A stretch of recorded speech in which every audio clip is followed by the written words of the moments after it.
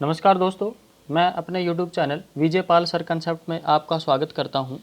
आज का हमारा पहला क्वेश्चन है आपके सामने 1 का स्क्वायर प्लस 2 का स्क्वायर प्लस 3 का square plus dot dot plus p का स्क्वायर इज इक्वल टू ये फॉर्मूला दिया हुआ इन्होंने। ठीक है, तो इसमें हमसे पूछ रखा है 1 का स्क्वायर प्लस 3 का स्क्वायर प्लस 5 का square plus dot dot plus 17 का स्क्वायर। तो इसमें हमें स्पष्ट बात दिखाई दे रही है, देखो कि पहले जो दिया हुआ है हमें नेचुरल नंबर का स्क्वायर का सम दिया हुआ है और उसका ही फॉर्मूला होता है, इसको याद भी कर लीजिए। क्या है? p into P plus one into two P plus one divide by 6। But यहाँ पर इस क्वेश्चन में हम इसका यूज नहीं करेंगे। देखो यहाँ पर हमें क्या दिया हुआ है, विषम संख्याओं के वर्गों का सम दिया हुआ है। तो इसका एक डायरेक्ट फॉर्मूला होता है जिसको हम डायरेक्टली याद कर लेंगे, क्योंकि कई बार वो कंपटीशन एग्जाम में डायरेक्टली पूछ लिया जाता है। जैसे 1 का स्क्वायर प्लस 3 का स्क्वायर प्लस 5 का स्क्वायर डॉट डॉट करके प्लस 17 का स्क्वायर तक है। तो यदि 17 की जगह है, यदि हम ये मान के चलें कि यहाँ पर p होता, तो ये फॉर्मूला विषम संख्याओं के वर्गों का स्क्वायर का फॉर्मूला अपना हो जाता p into P plus one into P plus two divide by 6।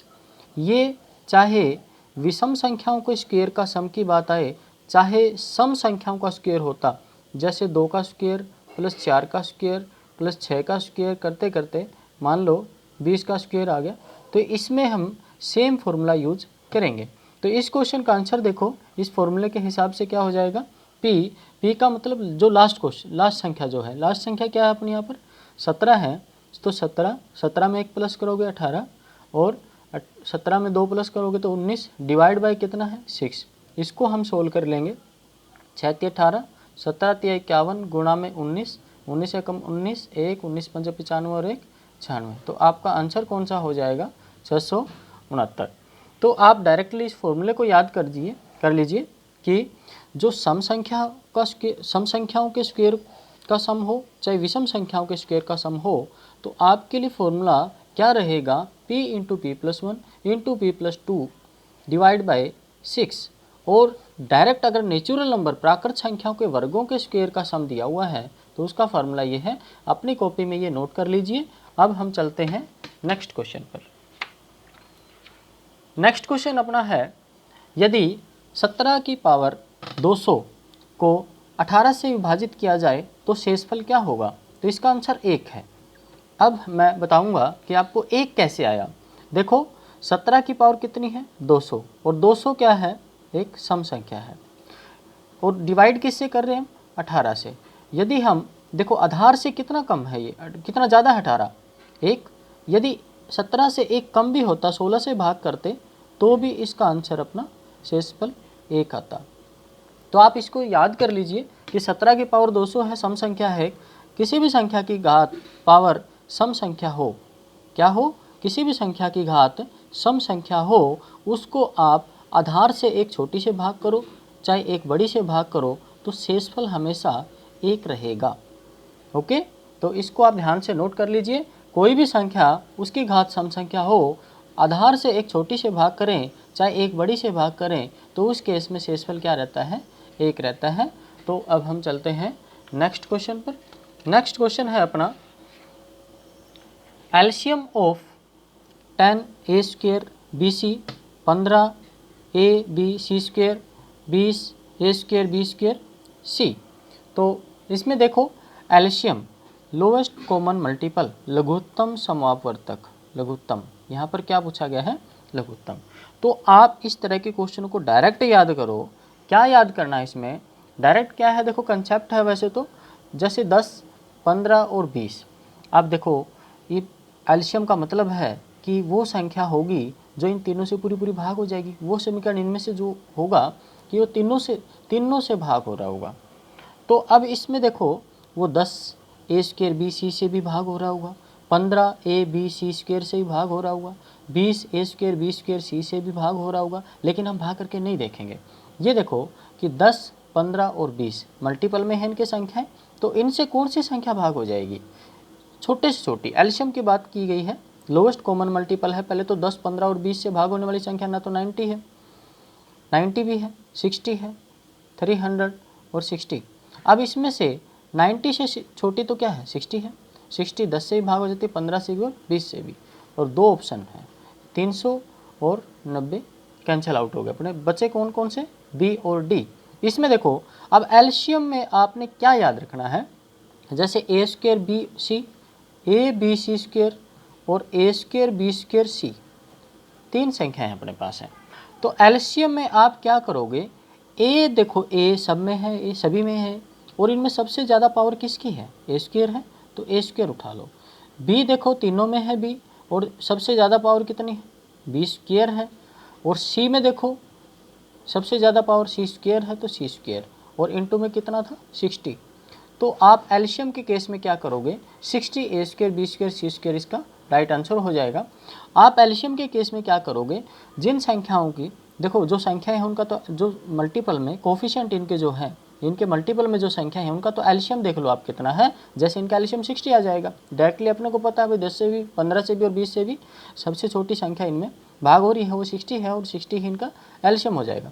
तो अब ये देखो कि जो संख्या ए बी सी या कई बार एक्स वाई जेड या पी क्यू आर एस में भी दे देते हैं क्वेश्चन, तो उस केस में आप क्या करोगे, तो उनमें सेम संख्या जो अल्फ़ाबेट होंगे उनकी जो या कोई संख्याएं होंगी उनकी जो पावर होगी, जो एलसीएम के केस में जो ज़्यादा से ज़्यादा पावर वाली संख्या है वो हमने उठानी है।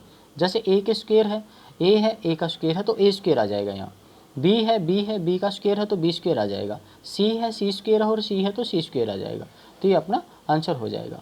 और एचसीएफ में इसका अपोजिट रहेगा। एचसीएफ में क्या रहेगा, एचसीएफ पूछा होता तो इनका देखो हाईएस्ट कॉमन फैक्टर की बात कर रही है, तो हाईएस्ट कॉमन फैक्टर में क्या रहेगा, जैसे 10 15 और 20 में क्या कॉमन फैक्टर है 5। तो अब जैसे एलसीएम में तो हम ज़्यादा पावर वाले उठा रहे थे, तो एचसीएफ के केस में हम कम पावर की संख्या उठाएंगे। ए स्क्वायर ए और ए स्क्वायर में सबसे कम पावर की संख्या कौन सी है, ए। बी के केस में बी और बी स्क्वायर में बी, सी स्क्वायर और सी, तो सी स्क्वायर और सी में कम पावर किसकी है, सी। तो एचसीएफ कितना हो जाएगा इनका 5 ए बी सी। अब चलते हैं हम नेक्स्ट क्वेश्चन पे। नेक्स्ट क्वेश्चन है अपना 28 और 42 के लघुत्तम समावर्तक एलसीएम तथा महत्तम समावर्तक एचसीएफ के बीच अनुपात ज्ञात कीजिए। रेशियो हमने ज्ञात करना है 42 और 28 के लघुत्तम और महत्तम। तो पहले एलसीएम दिया हो तो एलसीएम देखो, एलसीएम क्या हो जाएगा, देखो दोनों में क्या कॉमन फैक्टर है, 14 की टेबल है, 14 2 जा 14 3 जा 14 दूनी 28 14 दिया 42, तो इनकी देखो कोई कॉमन फैक्टर नहीं बचा ब्रैकेट में, तो सबकी मल्टीप्लाई कर देंगे, 14 दूनी 28 दिया 84, तो एलसीएम तो इनका कितना हो गया 84।